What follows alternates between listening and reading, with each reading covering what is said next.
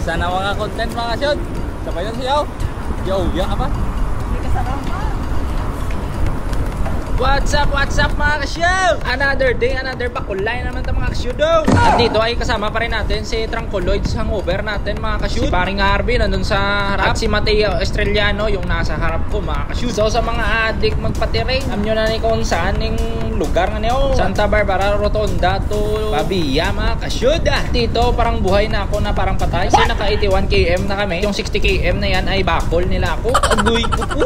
So dito lang tayo sa likod nila pala. Parang nagpapainit pa lang ng mga Tranquoloids na ton sa harap na mga kasyod. 42 kilometers per hour na yung takbuhan natin mga kasyod. At sagad na yung gearing natin dyan na 36 tet at 10 tet sa likod mga kasyod. Tamang chill lang tayo dito sa likod yung mga kasyod. Kasi mula pa kanina na bakol nila sa akin pala. Patag-taklad, agoy-agoy lang ang aking nararamdaman yung mga kasyod. At yung hangin dito mga kasyod, nung nakaraan pagdaan namin dito na marami kami tailwind siya mga kasyod. Pero ngayon parang napakalakas ng hangin, parang naghihindwid na siya mga kasyod. At dito parang nararamdaman ko yung hangin. Kahit na sa likod ako nila balahaw. At nararamdaman ko din na parang bumibilis sila. Parang sumisirit na yung nagpapainit kanina mga kasyod. Mapalo na ng 45 kph mga kasyod. Ati parang medyo spinning na tayo dito mga kasyod. Pero dapat wag tayo bumaklas sa kanila. Kasi pag bumaklas ka, abay-babay ka na talaga mga kasyod. At ito na, umaangat na talaga yung speed mga kasyod. Hindi na talaga mapigilan yung kanilang init-init. Sumisirit na talaga yung kanilang mga paa mga kasyod. Pumapalo na ng 47 kph mga kasyod. Nagpo-48 na sila.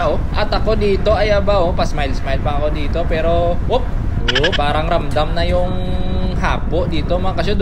Ngumanganga na lang si Tutoy Kakek. At yung spinning natin parang medyo palapit na sa washing machine. At parang ganito na talaga yung speed namin siguro hasta mamaya. At parang okay lang tayo dito mga kasyod. Wala lang bigla mag-sprint sa kanila mga kasyod. Okay lang na siya. Pero grabe pa rin yun. Nararamdaman ko pa rin yung sakit dito ng hangin mga kasyod. Ay hindi pala okay yung 46 sa akin mga kasyod. Kumukiriit na ako dito mga kasyod. Kukulangan na tayo ng hangin mga kasyod.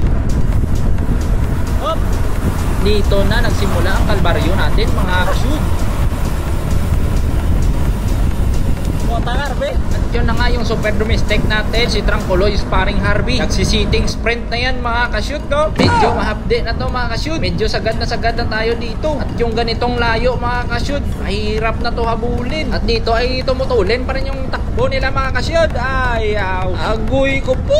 At dito sinagad na lang natin yung powers natin para makahabol sa kanila mga kasyud. Pag hindi tayo tumabit sa kanila ay wasaag na tayo dito. Babay for life na yan. At yan na yung mukha ng sumagad mga kasyud. Grabe na dito yung nararamdaman ko mga kasyod. Pag start ng ride namin kanina, grabe na binabakol nila sa akin. 45 kph na yung takbo ko, pero parang lumalayo sila mga kasyod. Tingnan nyo, sobrang lapit lang yan mga kasyod. Pero pag pigang-piga ka na mga kasyod, parang isang bayan na yan mga kasyod. Yung tinatawag nilang malapit pero malayo balahaw. Tipong magkasing barangay lang kayo ng jowa mo, pero once a month lang kayo nagkikita. Agoy ko po. Dito tinayuan ko na para makadikit sa kanila mga kasyud. Ayaw na. Pero wala na talaga. Ubos na si Kakek mga kasyud. At dito parang tumutuldok na lang sila. Sabi ko okay na ako sa 84 km na bakol sa akin mula kanina. Kasi pag pinilit lang natin mga kasyud, mawawala yung ating espiritu at matutumba tayo. Okay na ito. Akol talaga yung mountain bike ng dalawang road bike mga kasyud. Dito yung tinatawag na kahit nasa likod na kumalas pa. Agoy ko po. Ate okay na to mga kasyud. See you next live.